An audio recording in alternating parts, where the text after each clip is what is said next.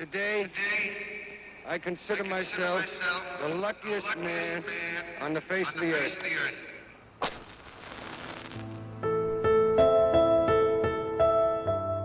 Lou Gehrig's famous words can be perplexing.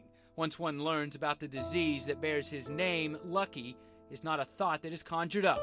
If the body is a candle, ALS is the flame, slowly melting away its form and function. But unlike the flame, ALS can never be blown out. But he slammed down immediately by number 85, Jay Rink. Jay Rink was always bigger, stronger, faster.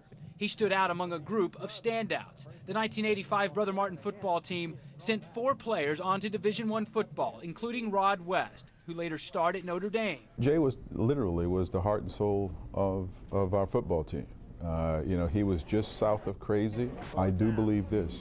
Football meant more to Jay Rink than anybody else on that football team. That 85 team saw their season prematurely end with a loss in the state semifinals to St. Martinville, a disappointment that 25 years later is now cloaked in nostalgia, but still sprinkled with what-ifs. When you think of some of the people that are on that team, you know, that's what stands out the most as the loss, is that we couldn't take it one step further. Jay would get a state title just a few months later. On a whim, he joined the wrestling team here at Brother Martin. It was his senior year and the first time Jay had ever wrestled. All he did was win the state championship in the heavyweight division, a remarkable feat that over time taught Jay Rink perhaps the most important lesson of his life. It really digs down into your gut, and it proves who you really are as a person. And it challenges you as an individual.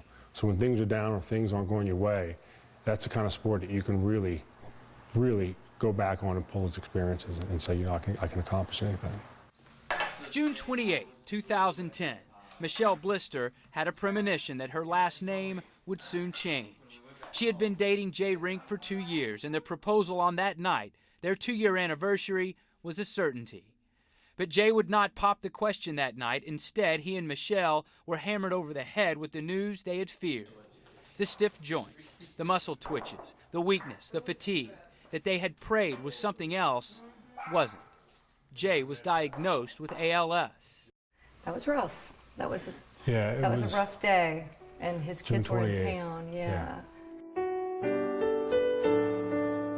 Jay and Michelle were married 6 months later. He said, I want to be able to walk you up the aisle, and I want to be able to dance with you, and whatever time we have together, I want to be able to spend it, our quality time, while we have it. So that's when we decided to get married in January. The destination wedding melding together not only his disease with her understanding, but his 6 kids with her 2 kids. We had 4 bridesmaids and 4 groomsmen built in. Which were our children. Which were our children, which was great. For now, the everyday routine is doable, but taxing on Jay. His motor skills are deteriorating, and so too are his muscles. ALS has no timetable, although some people have survived more than 10 years with the disease. But Jay also understands he cannot fight the inevitable. He knows he will soon be unable to work, to provide, as he's always done. Soon, he will need help. Rick Crozier has a calling. He swims, rides, and runs for those who can't. Triathlons are his challenge of choice. He trains, they gain. Through donors and sponsors, Rick raises money for their needs.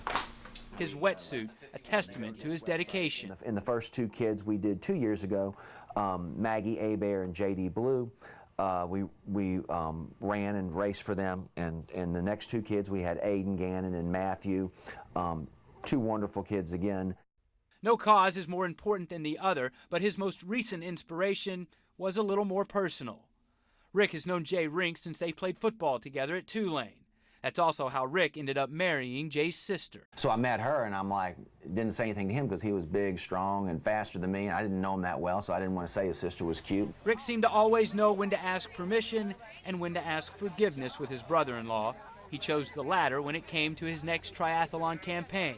Eventually, Jay's defensive line was formed, and Rick would not be alone in his training. As the word got out, donations flowed in, and wannabe triathletes flew in. All right, 2x2, fellas. At last month's Ironman here in New Orleans, there were 2,700 participants. 36 were competing for Jay's defensive line. From Maine to California, from Minnesota to Florida. Some knew Jay from Johnny Bright Playground. Some were classmates at Brother Martin or Tulane. Some were co-workers. All were attacking a challenge and a disease. The weekend raised more than $100,000. And just as important, it showed Jay Rink how lucky he truly is. You hear Lou Gehrig's speech, and you wonder why he says he's the luckiest man in the world. I mean, you get it a little bit now. I get it. I get why he said that. It helps me understand a little bit. He's the luckiest man in the world because, you know, the family and support and the people that he's been around. You know, you're fortunate enough to be able to appreciate that.